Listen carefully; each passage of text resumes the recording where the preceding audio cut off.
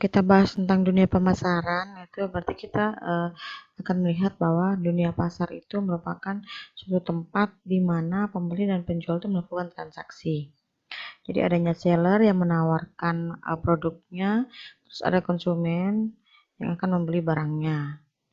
Nah, kalau andaikan kebutuhan si penjual dan pembeli ini sama atau sesuai dengan keadaan barang yang ada dengan harga yang normal, saat itulah terjadinya keseimbangan pasar. Nah, keseimbangan yang terjadi pada pasar itu sangat penting terjadi guna mendapatkan kurva permintaan penawaran berjalan dengan normal. Jika terjadi keseimbangan, maka kurva yang ada pun tidak seimbang. Jika tidak terjadi keseimbangan maksudnya, maka kurva pun tidak seimbang. Harga dan permintaan pasar bisa menjadi terlalu naik atau bisa juga menjadi menurun drastis. Nah, konsumen dan produsen ini bereaksi terhadap memiliki reaksi yang berbeda terhadap perubahan harga. Jadi harga yang lebih tinggi cenderung mengurangi permintaan sambil mendorong penawaran, dan harga yang lebih rendah meningkatkan permintaan sambil mengecilkan pasokan. Jadi contoh-contoh sederhana saja, kalau kita di pasar misalnya beli kangkung, terus kemudian penjual dengan harga 3 ikat 10.000. Nah, kita akan menawar, bisa nggak kalau 5 ikat 10.000. Nah, itu di situ adanya penawaran atau permintaan. Nah, keseimbangan terjadi itu jika si penjual itu sepakat dengan harga yang ditawarkan atau jumlah yang ditawarkan oleh konsumen. Keseimbangan pasar itu bahasa lainnya adalah equilibrium. Jadi dalam bisnis dan ekonomi, matematika bisnis dan ekonomi itu kita bisa menyebutkan keseimbangan pasar dengan sebutan equilibrium. Jadi keseimbangan pasar adalah keadaan yang menunjukkan baik konsumen maupun produsen telah menyetujui harga suatu barang, yaitu harga yang konsumen bersedia membeli untuk sejumlah barang sama dengan harga yang produsen bersedia menjual untuk sejumlah barang tersebut. Untuk penggambaran kurva pun kita akan melihat seperti ini. Untuk keseimbangan pasar yang terjadi di mana harga equilibrium itu sama dengan jumlah barang equilibrium, baik yang diminta atau yang ditawarkan, satu sama dengan harga yang diminta atau harga yang ditawarkan oleh produsen maupun konsumen. Contohnya, fungsi permintaan dan penawaran dari suatu barang ditunjukkan oleh persamaan berikut. Untuk permintaan, seperti yang sudah kita nonton pada video yang lalu, bahwa permintaan itu simbolnya adalah D, yang artinya demand. Jadi persamaannya adalah Q sama dengan 6 kurang 0,75P. Sedangkan S ini adalah supply atau penawaran dengan dengan persamaan Q sama dengan min 5 tambah 2P. Nah, pertanyaan adalah berapa harga dan jumlah keseimbangan pasar, dan berikutnya tunjukkan secara geometri atau keseimbangan pasar tersebut atau grafik ya, kurvanya. Nah, untuk syarat keseimbangan pasar itu kita sebut dengan persamaan demand itu harus sama dengan supply. Jadi D sama dengan S. Nah, persamaannya itu tadi kan Q sama dengan 6 kurang 0,75P dan penawarannya adalah min 5 tambah 2P. Sehingga saat QD atau jumlah barang yang ditawarkan dengan jumlah barang yang diminta itu sama, maka persamaannya akan menjadi 6 kurang 0,75P sama dengan min 5 tambah 2P. Ini min 0,75P kurang pindah ruas yang persamaan yang parameternya P kita pindahkan ke sisi sebelah kiri biar sama, terus yang konstan kita pindahkan ke sisi sebelah kanan. Jadi yang positifnya 6 menjadi min 6 dan yang positif 2P menjadi min 2P. Kita dapatkan min 2,75P sama dengan min 11. Min 5 kurang 6 berarti min 11. P sama dengan min 11 dibagi min 2,75. Jadi dapatnya adalah 4. Nah, untuk memperoleh nilai Q, maka substitusikan nilai P sama dengan 4 ke dalam salah satu persamaan permintaan atau penawaran. Sehingga kita akan coba masukkan ke persamaan permintaan. Jadi Q sama dengan 6 kurang 0,75 P. Jika P-nya 4, maka 6 kurang 0,75 kali 4 dapatnya 6 kurang 3, karena 0,75 dikali 4 dapatnya 3. 6 kurang 3 dapatnya 3. Jadi Q-nya adalah 3. Jadi harga dan jumlah kuantitas keseimbangannya adalah 3, kuantitasnya 3 dan harganya 4, atau equilibrium 3,4. 3 dan 4 ya. Jadi koma di sini tulisan ini bukan mengartikan bahwa dia adalah desimal, melainkan 3 ini adalah Q dan 4 ini adalah P. Berarti equilibrium terjadi saat jumlah barang yang diminta maupun ditawarkan sebanyak 3 dengan harga dan yang diminta maupun ditawarkan sebanyak 4. Nah, berikutnya, bagaimana kalau kita mau menunjukkan ke kurvanya? Maka langkah pertama, sama seperti video-video yang lalu, yaitu kita akan mencari untuk persamaan pertama ya, untuk persamaan permintaan. Jika P-nya 0, maka Q-nya adalah 6. Kenapa 6? Karena min 0,75 kali 0 itu hasilnya 0. Jadi 6 kurang 0 berarti 6. Jadi titik potong yang pertama adalah 6,0. Terus jika Q-nya sama dengan 0, maka titik potongnya adalah 0,8. Karena di sini Q-nya 0, berarti 0 sama dengan 6 kurang 0,75 P. Nah, ini yang parameternya P pindahkan ke sisi sebelah kiri, jadinya positif, yaitu 0,75 P sama dengan 6. P sama dengan 6 bagi 0,75 dapatnya ada 8. Jadi jika Q-nya 0, maka P-nya 8. Nah, untuk gambar kurva permintaan yaitu ini. Jika Q-nya 0, ini. Jika Q-nya 0, maka P-nya adalah 8. Berarti titik potongnya adalah 0,8.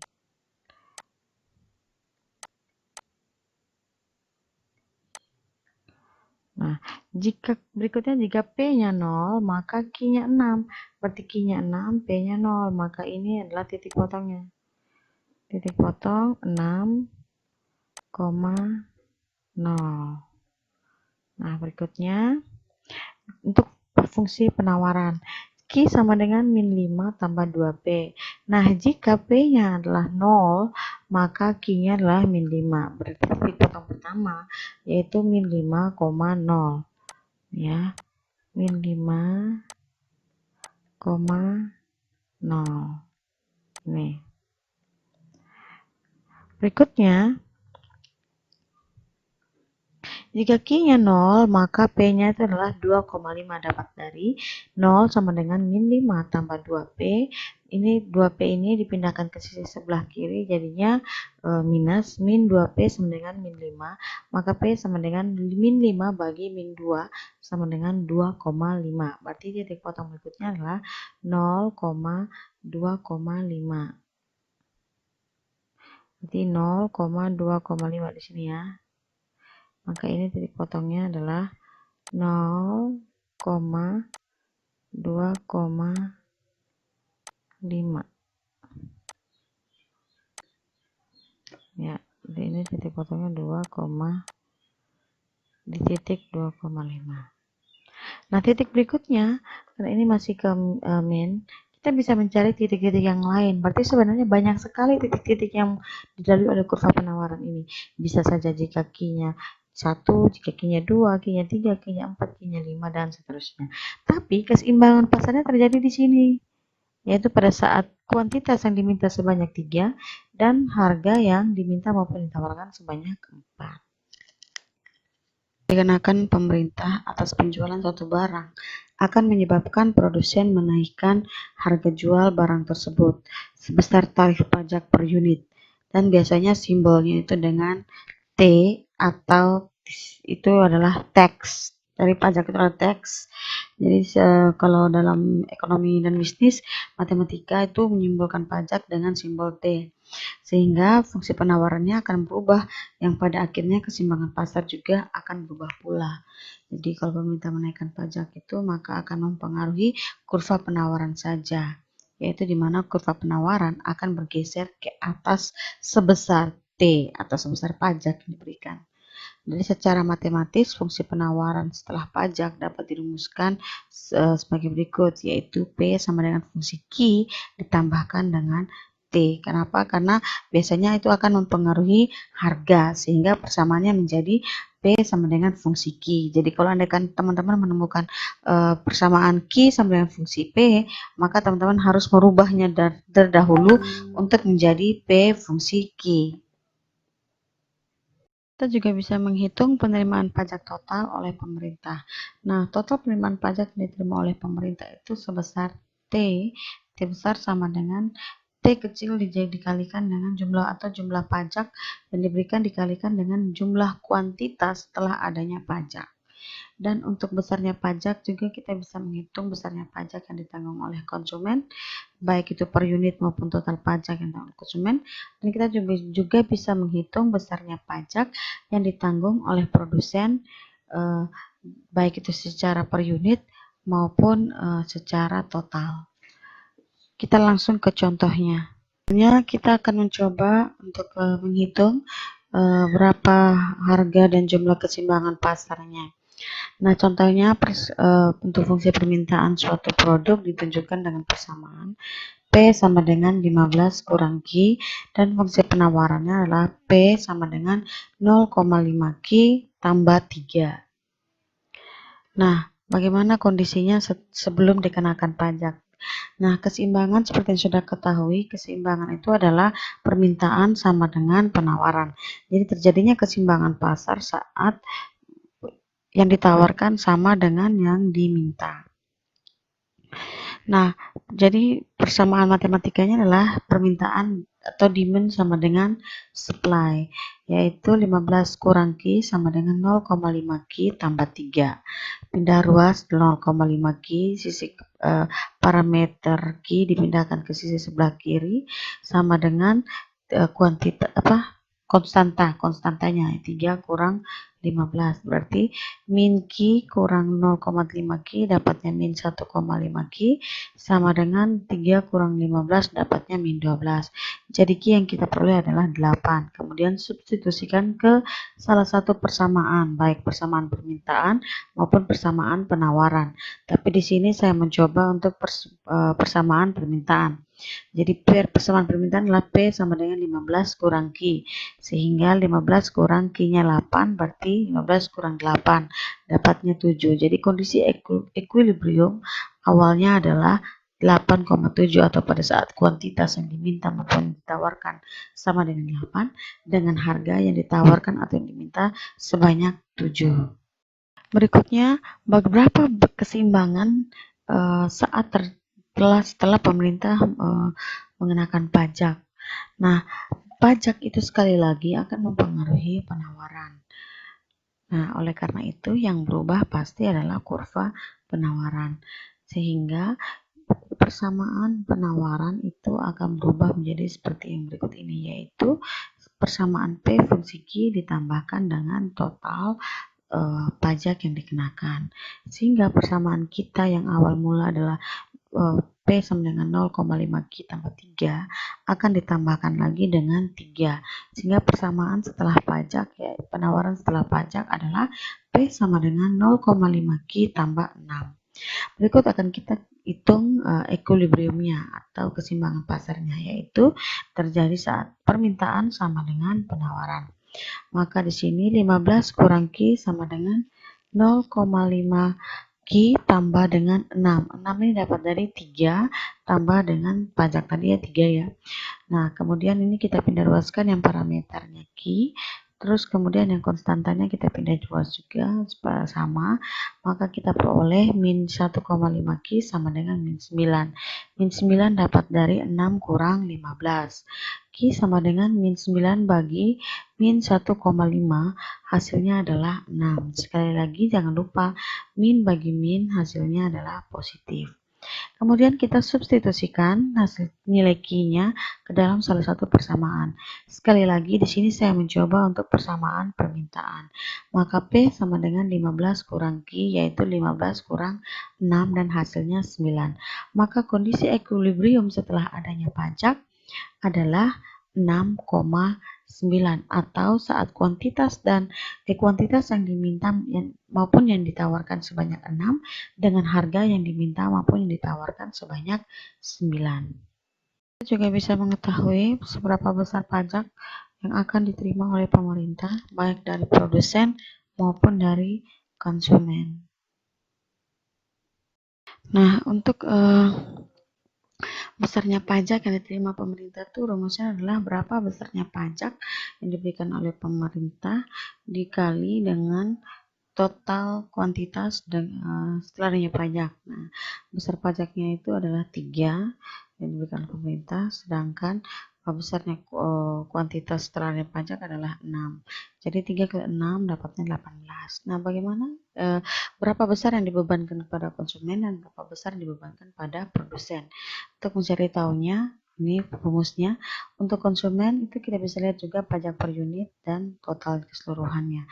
Untuk pajak per unit sendiri itu dirumuskan dengan berapa besarnya harga setelah pajak dikurangkan dengan harga sebelum adanya pajak. Jadi dapatnya 9 kurang 7. Jadi besarnya pajak yang per unit yang dibebankan pada konsumen adalah sebanyak 2. Sedangkan untuk totalnya dikalikan 2 dikalikan dengan jumlah kuantitas keseluruhan adalah 6, berarti 2 kali 6 jadi 12. Jadi pajak yang dibebankan oleh konsumen per unit sebanyak 2 dengan total kuantitas 6, maka total pajak yang dibebankan pada konsumen adalah 12.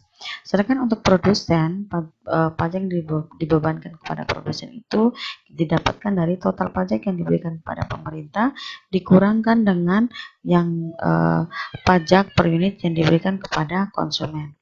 Sehingga didapatkan pajak pemerintah 3 dikurangkan dengan 2. Dikurangkan dengan 2 berarti dapatnya 1. Jadi pajak yang dibebankan kepada produsen itu lebih kecil dibandingkan dengan pajak yang dibebankan kepada konsumen.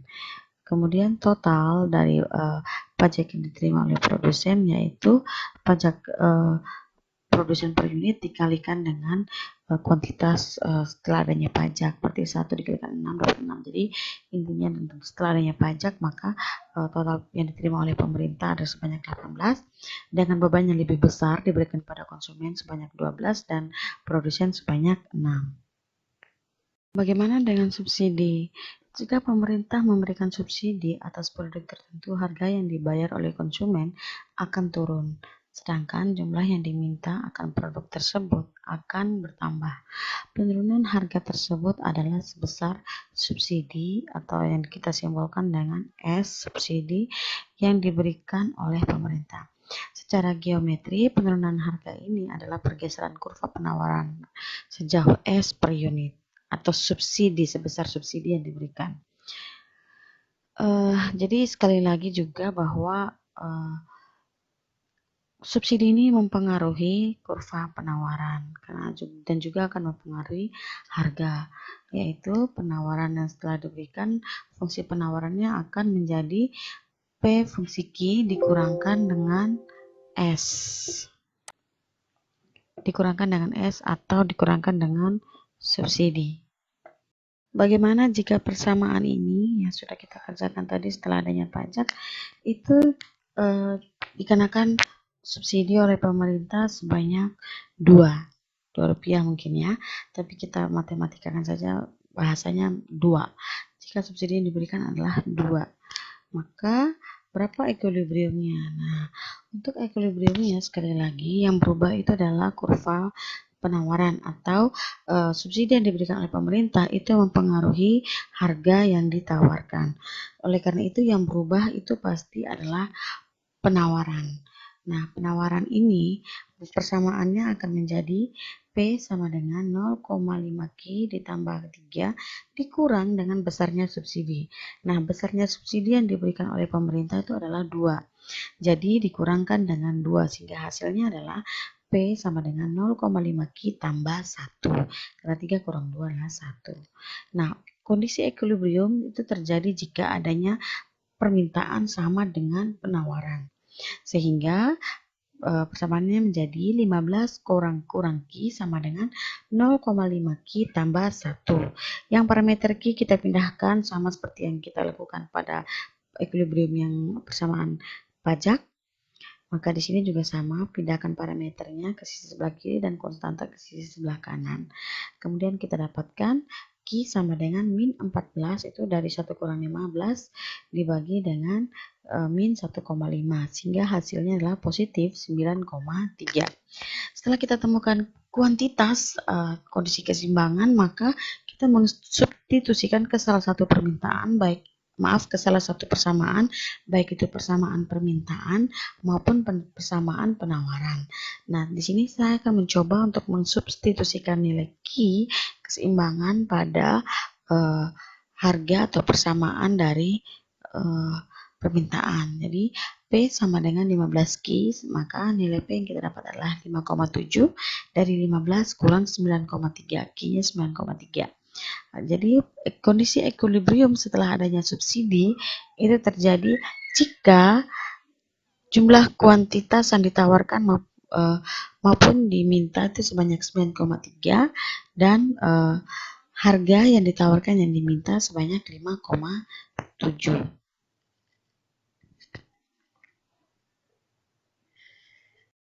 Nah, untuk besarnya subsidi yang diberikan oleh pemerintah itu didapatkan dari besarnya subsidi dikalikan dengan jumlah kuantitas dan jumlah kuantitas yang diminta maupun ditawarkan setelah adanya subsidi. Jadi itu kuantitas keseimbangan. Kita juga bisa mengetahui berapa besar subsidi yang akan dinikmati oleh produsen dan berapa juga yang akan dinikmati oleh konsumen. Besarnya subsidi yang akan diberikan oleh pemerintah itu didapatkan dari besarnya subsidi 2 dikalikan dengan jumlah kuantitas setelah adanya keseimbangan pasar, setelah adanya subsidi itu 9,3, maka total yang akan diberikan oleh pemerintah adalah 18,6. Nah, berapa besar subsidi yang akan dinikmati oleh konsumen dan berapa besarnya subsidi yang akan dinikmati oleh produsen. Untuk konsumen per unitnya itu adalah 1,3 dan untuk produsen per unitnya itu adalah 0,7. Jadi 1,3 itu didapat dari harga sebelumnya dikurangkan dengan harga setelah adanya pajak. Subsidi. Jadi dapatnya adalah 7 dikurangkan dengan 5,7 sehingga dapatnya 1,3. Sehingga total yang dinikmati oleh konsumen adalah 12,05. Dapat dari total subsidi yang dinikmati per konsumen per unit dikalikan dengan kuantitas yang diminta maupun ditawarkan. Didapatnya 12,5. Kemudian besarnya yang dinikmati oleh produsen adalah 6,51. Nah, berikutnya bagaimana kita menggambarkan keseimbangan pasar. Nah, kita akan pertama mencoba untuk menggambar keseimbangan pasar sebelum adanya pajak dan subsidi. Nah, langkah yang pertama adalah sama seperti yang kita lakukan yang lalu, yaitu kita mencari titik potongnya. Yang pertama kita akan mencoba untuk kurva permintaan. Permintaan fungsinya adalah persamaan adalah P sama dengan 15 kurang Q. Jika Q-nya 0, maka P-nya 15. Berarti 15 kurang 0 kan 15. Sehingga titik potong pertama adalah 0,15. Nah, jika P-nya 0, maka 0 sama dengan 15 kurang min Q. Parameter Q pindahkan ke sebelah menjadi nilainya menjadi positif. Jadi Q sama dengan 15. Titik potong kedua adalah 15,0. Berikutnya untuk kurva penawaran. Penawaran itu persamaannya adalah P sama dengan 0,5 Q tambah 3. Jika Q-nya 0, maka P-nya pasti 3. Karena kalau 0,5 kali 0 ya hasilnya 0. Tambah 3, 3. Berarti titik potong berikutnya adalah 0,3. Jika P yang sama dengan 0, maka 0 sama dengan 0,5 Q tambah 3. Parameter Q sekali lagi pindahkan ke sebelah kiri, jadinya min 0,3 Q sama dengan, min 0,5 Q sama dengan 3. Sehingga didapatkan Q sama dengan 6. Berarti titik potong berikutnya adalah min 6,0. Min ya, karena positif bagi min hasilnya min. Nah, karena di sini titik potongnya itu minus, maka saya akan mencoba untuk mengasumsikan jika titik potongnya melalui titik-titik lainnya. Saya akan mencoba dengan 10 yang nilainya positif. Sehingga dengan Q 10 maka saya peroleh P-nya adalah 8, yaitu 0,5 kali 10 dapat 5, ditambahkan 3 sehingga hasilnya adalah 8. Maka titik potong berikutnya adalah 10,8. Jika digambarkan akan menjadi seperti ini. Jadi titik potong pertama 0,15, 0,15 dan 15,0. Ini ya. Kemudian titik potong berikutnya 0,3 di sini 0,3 dan min 6,0 itu berarti di sini min 6,0 dan berikutnya lagi 10,8 10,8 di sini ya. Berarti intinya adalah kurva penawaran maupun kurva permintaan ini dilalui oleh titik-titik tertentu sebanyak apapun gitu ya. Jadi bisa saja saya mencari jika Q-nya sama dengan 5, jika Q sama dengan 2, jika Q sama dengan 3, bisa juga Q sama dengan 20 gitu. Jadi sepanjang garis horizontal maupun garis vertikal. Tapi kita akan mencoba dan menentukan titik-titik tertentu yang bisa kita tarik garis lurusnya sehingga membentuk kurva penawaran. Sehingga ditemukan titik keseimbangan adalah di sini pertemuan antara kurva permintaan dan kurva penawaran, yaitu pada saat Q sama dengan 8 dan P atau harga sama dengan 7. Nah, bagaimana setelah adanya pajak? Nah, sekali lagi, kalau setelah pajak itu mempengaruhi penawaran, tidak mempengaruhi permintaan, sehingga pasti yang berubah adalah kurva penawaran. Oleh karena itu, yang akan kita gambarkan sekarang adalah kurva penawaran. Nah, apa yang terjadi setelah naik pajak? Maka persamaannya tadi sekali lagi menjadi berubah ya. P sama dengan 0,5 Q tambah 6. Kita cari titik potongnya. Jika Q-nya 0, maka P-nya pasti 6. Titik potongnya adalah 0,6. Jika P-nya sama dengan 0, maka 0 sama dengan 0,5 Q tambah 6. Sekali lagi pindah ruaskan parameter Q, sehingga Q kita dapatkan 12, min 12. Jadi titik potong berikutnya adalah min 12,0. Nah, sekali lagi saya katakan bahwa kurva penawaran maupun permintaan itu melalui titik-titik sepanjang garis horizontal maupun garis vertikal. Sehingga saya mengasumsikan, asumsi adalah perumpamaan. Jadi saya mengasumsikan jika Q itu dilalui pada titik 10, maka berapa P-nya? Sehingga P yang kita peroleh adalah 11. Ini perbedaan. Kalau yang tadi, jika Q-nya 10, P-nya 8. Dan sekarang jika Q-nya 10, maka P-nya adalah 11.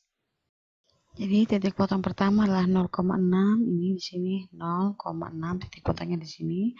Min 12,0 titik potongnya di sini, min 10, 11, 12 ini titik potongnya. Terus titik potong berikutnya adalah 10,11, ini 10, 11-nya di sini. Berarti titik potongnya di sini, maka garis lurusnya adalah seperti ini teman-teman. Keseimbangannya berubah, bergeser ke atas keseimbangannya.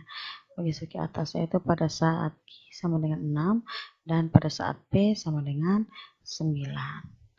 Jadi setelah adanya pajak maka kurvanya akan bergeser ke atas, di mana jumlah barang yang diminta maupun ditawarkan menjadi lebih menurun karena adanya kenaikan tingkat harga. Nah, bagaimana jika subsidi? Nah, sama juga dari titik potongnya, tapi persamaannya sudah menjadi P sama dengan 0,5 Q tambah 1. Nah, jika Q-nya 0, maka P-nya 1. Jika P-nya 0, maka 0 sama dengan 0,5 Q tambah 1.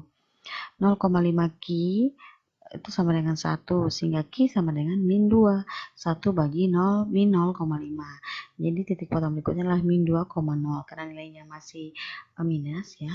Jadi saya akan mencoba untuk mencari asumsi jika Q menjadi positif. Ya, saya umpamakan lagi 10, yaitu maka nilai P-nya adalah maaf, jika 10 maka nilai P adalah 6 ya. Jadi ini belum digantikan.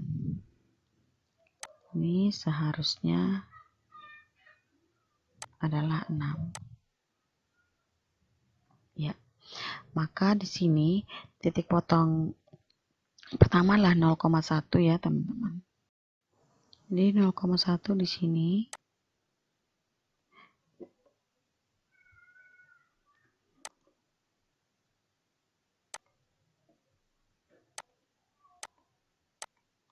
Terus dari potong berikutnya min 2,0 di sini.